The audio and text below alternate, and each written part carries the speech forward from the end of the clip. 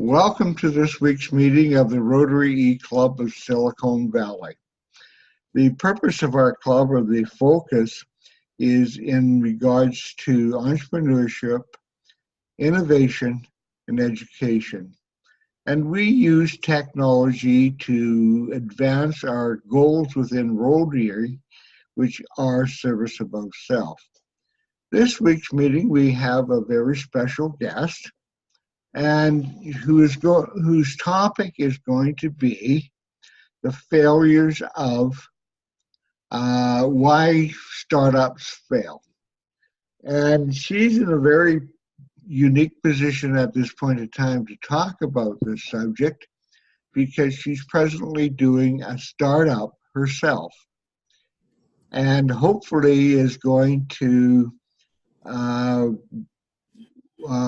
go around all of those hurdles which come into play on doing a startup. And I'm very looking forward to having Melissa present her presentation. And Melissa, please go ahead, and I'm looking forward to hearing your presentation. Thank you, Roger.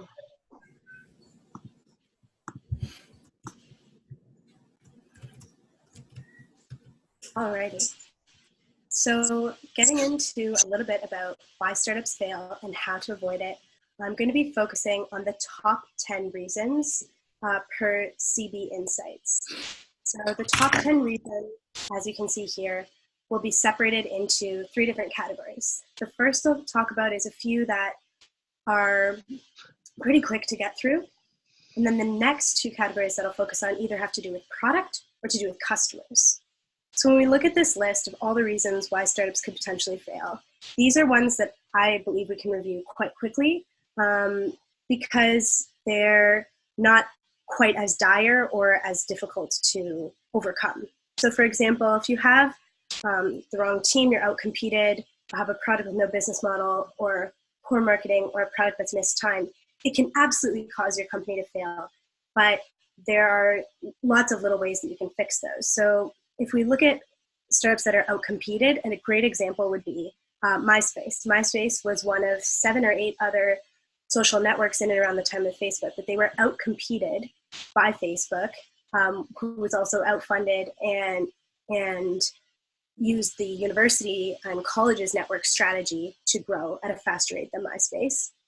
And then when you look at products that are not marketed really well, you have a juicer that really wasn't squeezing fresh juice products at the time, but was actually just squeezing these baggies of existing juice. And then when you look at products that are before their time, I'm sure we've all seen Google Plus and looking at the Apple Newton. So each of those categories, I believe, are faster to fix. So we're just going to go through those really quick. And now that we've sorted out those and looked at a couple of examples, I'd like to really dive into these issues, which all orient around the product and the customer. So if you don't have a market need, that is mission critical for your company. And that relates both to the product side and the customer side. Running out of cash is directly related to customers because it has to do with not just your stewardship of the financial resources you've been provided, but also your revenue. And if you're not able to generate revenue and delight customers at a fast enough clip, then you're going to have some challenges. In terms of pricing issues, the more you talk to customers, the more you're going to find out. And maybe people will use your technology, but they'd only use it for free, which is why we see a lot of freemium models in the market. Or perhaps, like with the juicer example from before, the original ticket price was $799, but they had to drop it to $499 because people were just not buying it at that price. The other issue would be user unfriendly, which is why we see a lot of work in user experience, user design, and why companies really, really value these roles. And then the last one being ignoring customers. So diving into each of these a little bit further and giving a little bit of my experience. So as Roger mentioned, I'm a startup founder, and figuring out market need is actually really challenging and takes many years. So looking at our startup, for example, we want to take complicated information and make it clear, make it easy to understand instantly. If you imagine Google Translate, but not different languages, same language, but different levels of complexity. Now, you'd think that'd be really interesting, and a lot of people think it's a fascinating concept, but where's the actual market need where you're providing value? What we saw early was banks and insurance companies were coming to us and saying, hey, we know that our information is really complex and people can't understand it. Maybe you can help us. And after doing some pilots, we were able to find a very specific area within their communications and marketing departments and in their customer experience and customer escalation departments where we can provide value. And that shows some level of market need. However, we've also seen in different variations in different departments, banks coming back to us and saying, hey, like this is a nice to have, not a need to have, which is a really big trap that startups can get caught in, where this could be an extra frill, that'd be really great, but it's not one of the top 5 pains that they experience every day. The number one thing that I look for as a startup founder to see if there's market need is, are we one of the top 5 pains that people experience every day? And will people pay for it even when it's an earlier stage minimum viable product? So when you have not all the bells and whistles, but basic functionality. So your market need is really going to drive everything for your business, and you have to find that before anything else. And it's really tough to do. We've been at it for about 2 years. And I would say, well, maybe more about 1.5 years, but I would say that we still probably have another 6 months to go till we truly fully understand our market need. In terms of running out of cash, now a lot of founders turn to venture capital, and there's been a lot of rumblings online about, well, maybe you don't need venture capital dollars, and maybe you can use these alternative methods of financing. I chose to go the venture capital backed route, and I do have some VC firms out of the Valley backing my company. But even as a pre-seed stage startup, one of the strategies that I've used is making sure that you have non-dilutive capital. So being a Canadian and having a Canadian startup, I'm really fortunate that the government has a lot of grants and loans that they give. So their grant programs are totally non-repayable, non-dilutive cash, and then the loans are non-dilutive, they are repayable, but usually with no interest in over 10 years. So the implication on your monthly cash burn is incredibly low. And most founders are really afraid to take on debt early on, but we've found this to be a strategy where we were able to reduce the dilution from getting into additional venture capital rounds, but still have tons of cash on hand. So I'm not sure how much I can say, but I did just get a lot of money from the federal government in Canada that is yet to be announced by the Federal Minister of Science and Innovation and Economic Development. And taking on this debt alongside equity and some paid cash pilots, we only do paid pilots as we test the market. That mix has enabled us to have over 16 months of runway today, even as a pre-seed company, and well into the 7 figures of capital on hand, which usually you don't see until the seed stage. So in order to avoid running out of cash, look at alternative options for financing, and definitely keep your cash burn low. For each of the positions that I go to hire, I have my budgets for each of them and tend to come anywhere from 30 to 40% under budget for each position, which cumulatively allows us to hire a whole other new person, which is great. When you look at pricing issues, I looked at a couple different ways to price one of our products. I looked at the market in 2 different ways. So one of the ways was looking at this freemium opportunity, but those are really, really challenging when you look at the conversion rates and the churn. So I'd like to focus more on the B2B side of pricing. And I've had some sales training in the Bay Area, and typically it's a little bit of a joke, but not really.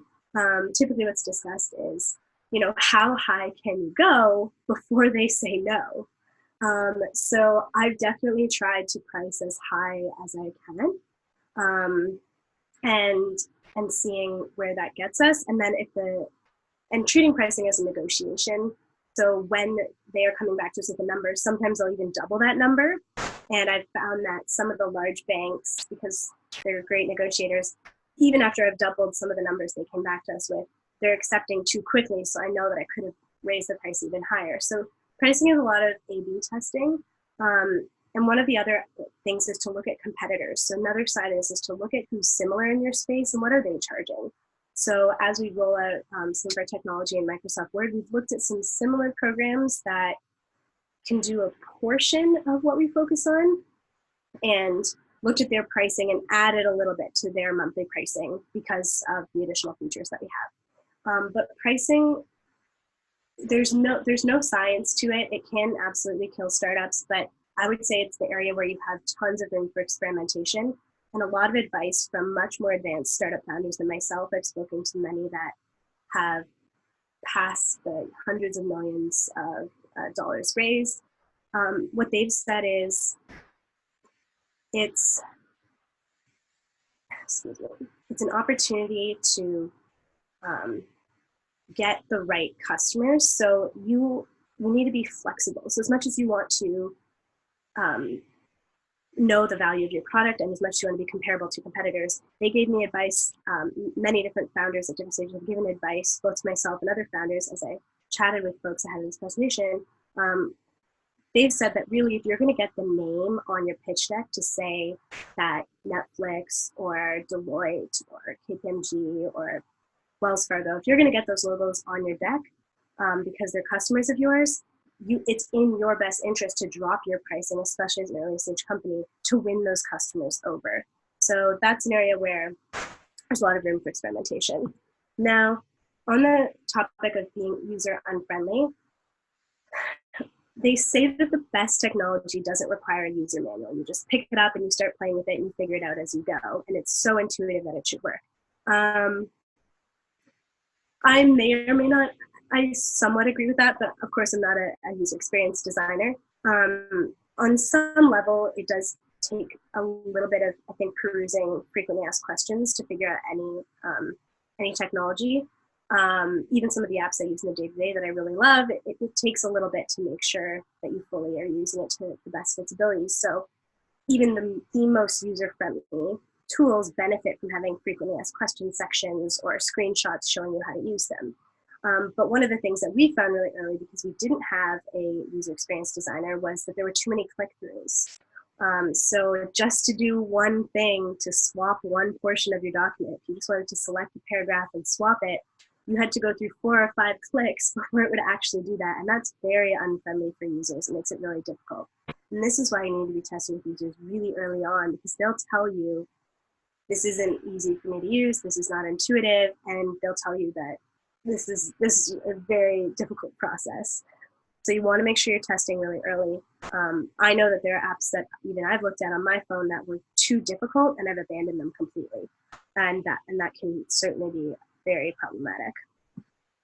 Now, if you're out there and you're asking customers for feedback and you're doing sessions with them, the worst thing that you can do is to gather all that feedback and then completely ignore it.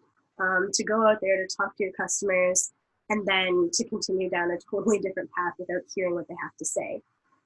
This summer, we had a really interesting experience where some of the banks and insurance companies who were doing early pilots with came back and were really focused on this one feature. They were like, we really just love this one feature, and we'd really like, we would pay to have this one feature if you could make this one feature better compared to the overall simplification. They just wanted one piece of it. And we spent some time, and I said, okay, all right, this is what they're saying. They said they're gonna pay for this one feature. That's what they really like from our pilot. And then the investments that we made to make that better, unfortunately, actually did not result in the customers wanting to buy. So we got into a situation where we were listening to the feedback they were saying, but we weren't listening to all of the feedback. So they were saying they love this feature, but that was more coming from the users, not the people in the organization who were buying the technology. And they had different motivations. So you have to be able to take all these different bits of data and understand when to listen and when to moderate that, and making sure that you're listening to enough of the people in the organization. They say that for enterprise sales, you'll speak to 7 individuals in one organization to close a sale. So back to the top 10 reasons for failure. My favorites, again, that are really, really difficult is not having a market need, running out of cash, pricing challenges, being user unfriendly, or ignoring customers. And again, all of that boils down to knowing that you have a product that matters, that solves a top 5 pain for people, and making sure that you're in constant communication with your customer, and not just 1 or 2 people at the organization, but everyone who's involved. And this is just a little bit about Script Swap to wrap things up. So we believe that, no one ever complains something is too easy to read. And a lot of these documents in your life are really complicated. We've all come across them. And it's even more difficult for the half of Canadian and American adults who are considered low literate, which means that they can read, but not well enough to fill out an online job application or read a food label. And then also, as your education level increases, so does your preference for plain language. This can benefit people who struggle to read, as well as people who have high proficiency in reading. And this is just an example of what can happen when documents are too complicated. So we really believe in this, and we're really excited to be moving the needle. And so far, we've managed to stay alive as a startup in the 1 year and a quarter that we've all been full-time as a team working together. And we've been well capitalized because we did take on debt facilities in addition to the private equity. And we are really talking to our customers and learning from them, both in positive ways and in ways that have, of course, been challenging. So that's all for me.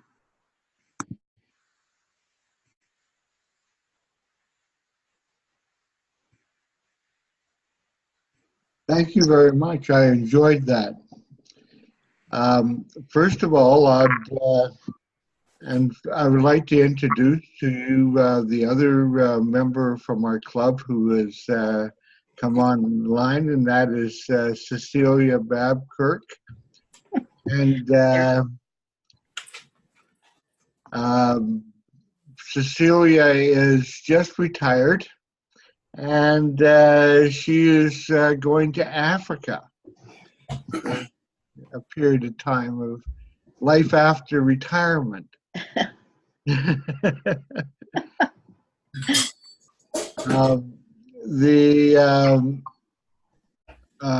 would ask, is there any questions that you have of Melissa?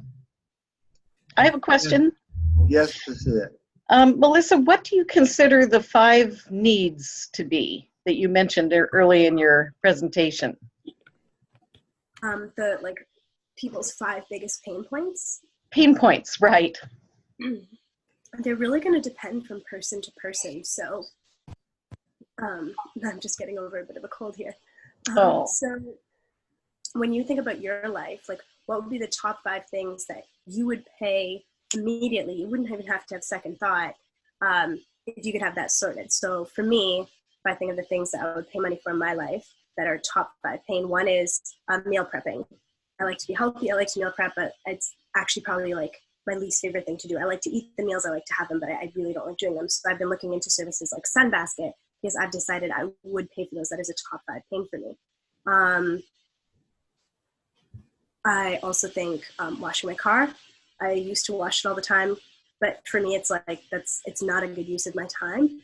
So I make sure that I outsource that.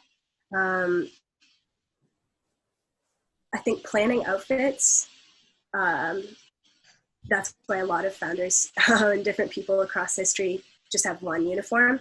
But those are some examples of top challenges for me. But everyone's is different. And really, when you talk to organizations, you have to ask them, what is causing you a lot of pain? And one of the things we found is they're like, yeah, it's totally annoying when I have to do this completely manual process to simplify a document and I can't just do it automatically with the machine, but it's not a top 5 problem. So they would say, that's really cool, but it's a nice to have, not a need to have, because I've got these 5 other things that are much, much more important. Right. Okay, good. Thank you. Shag. No, I don't have any questions. It was a good presentation. Thank you. What percentage of startups actually fail? It's 90%. And 42% fail for the very reason of no product market fit. And what's the time frame in failure? How many years? It depends. I would say that first 2 to 3 years is really critical. If you can make it past that, you're in a small percentage that carries on. But of course, we've seen large organizations that are over a decade old that have not lasted past this year. So that 2 to 3 year mark is critical, but it really depends on the startup. Okay. Do you, how can I put this? How I've noticed that several startups usually end up in conflict with the people who finance them. And it's usually over on the issue of when the product comes to market. And there's a big push by the people who are financing in order to get that product out as soon as possible so that they can get a rate of return on their financing. And that I have seen has been a real problem because that puts out products before they're really ready to go to market. Have you noticed that at all? Absolutely. I mean, that is the nature of Silicon Valley. They want you to fail fast as much as be fast and quick to succeed. So there's a lot of push to get your product in the hands of customers. I would say I'm on the fence about this. On the one hand, you absolutely want to be testing and working with customers really early. We started doing this before our product was ready. So we even sold to some of the biggest banks in Canada when our technical product itself was doing very little, but we had humans teaching the machine and they were doing the bulk of the work. And while they were doing this work, it was training the machine because we knew that we just needed to be engaging with customers really early on. And the how didn't matter as much as long as the end result was really high quality. And then we can continue to train the machine to be better and better like it is today. But it is dangerous, and it is something where I think you have to choose the right investors. So we've been fortunate that I was really clear early on in my courting process with pre-seed venture capital firms that I did not want to be pushed to grow at all costs, to cut corners, to do things unethically. I wanted to make sure that we were supported to do this right. Yes, to be quick, as all startups need to be, but maybe not as fast as everybody else out there, but hopefully in the spirit of actually succeeding, because I believe startups are a marathon, not a sprint. And you'll see this time and time again with how long it takes to get over each specific hurdle. So pick your partners, make sure they're ones that are okay with you going a little slower. That's what I did. It's worked really well. Talk to your customers early. That is really important, but definitely be careful about what you're promising them because you do not want to overpromise and underdeliver. One of the things that I did notice was that in terms of pricing, you never mentioned the economic laws of demand and supply. So because I thought that would be very crucial in terms of the overall pricing strategy. And maybe. I mean, maybe. I mean, we really look at it like it's really emotional. We've learned from the science that buying decisions are so emotional that and that's why the top 5 pain really matters, because if you have an emotional experience that's really frustrating for you, you're going to pay to have that emotional release. So I've found pricing for me to be more of an art than a science, but I also don't have an economics background. So. Okay.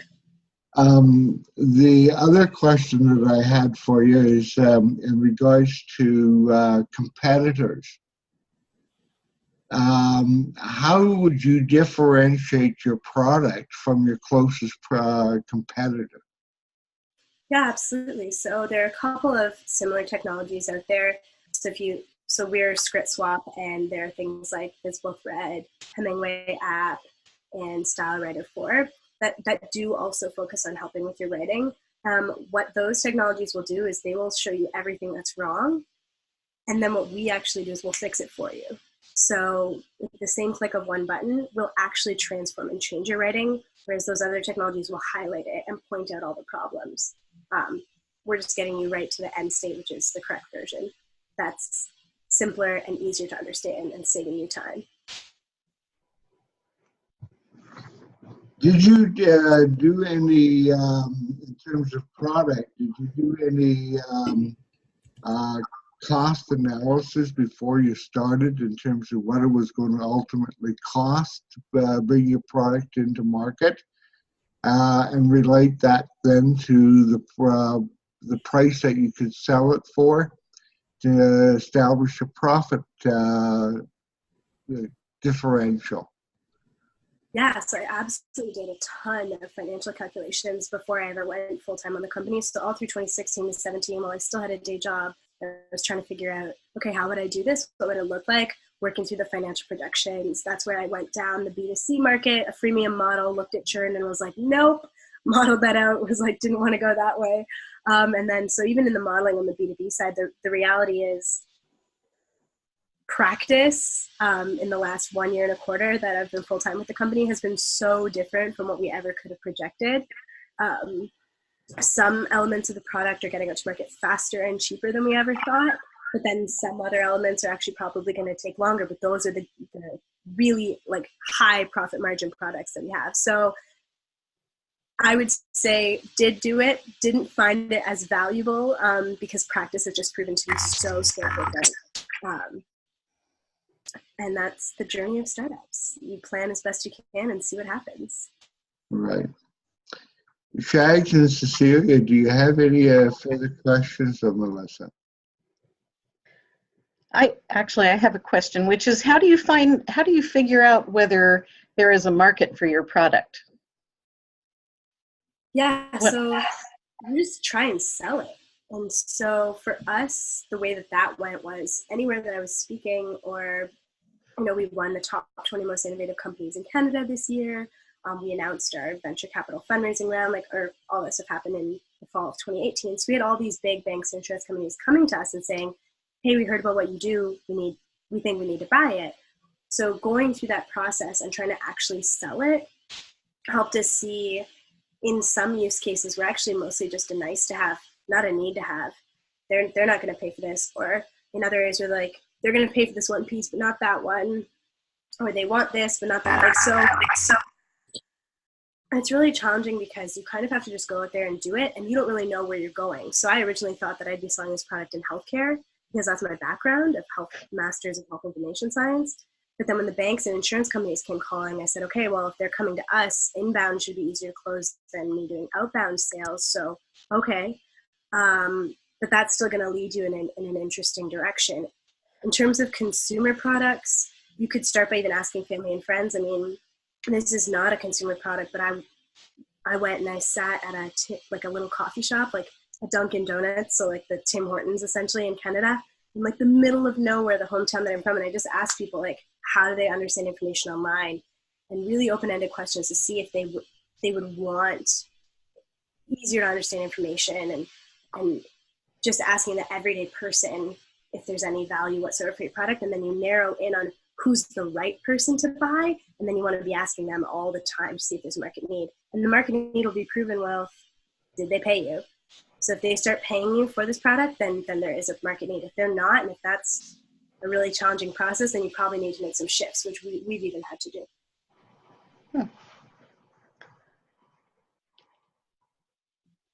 Any further questions? Nope. None. I would recommend for each of the viewers of this video to, at the end of the video, to go ahead at the bottom of the meeting to fill out the comment section and give the feedback to Melissa and ask her any questions that you may have. In addition to that, please fill out the attendance form. If you are a guest to watching this video and our meeting, then please put in your correct email address. And if you do so, our club will send out to you a make-up receipt, which you can take then to your club secretary. As is our practice at this point in time, I will turn the meeting back over to Melissa to give us her final words of wisdom. Melissa. Thank you, Roger. Fundamentally, there are many reasons why startups fail, and some of them are unavoidable, like having a product that's just way too soon, and a market that's just not ready for you. And some of them you can totally hedge against. Running out of cash, there are many strategies for having cash on hand and keeping your burn low. And really, everything at the end of the day is all about product and customers. Talk to your customers, talk to your users, find out who cares about what you're building and if they pay for it, and how you're helping them. What is the value you're creating for those customers? And really understand the need for your product. So that's all. Good. Thank you very much, Melissa. Thank you.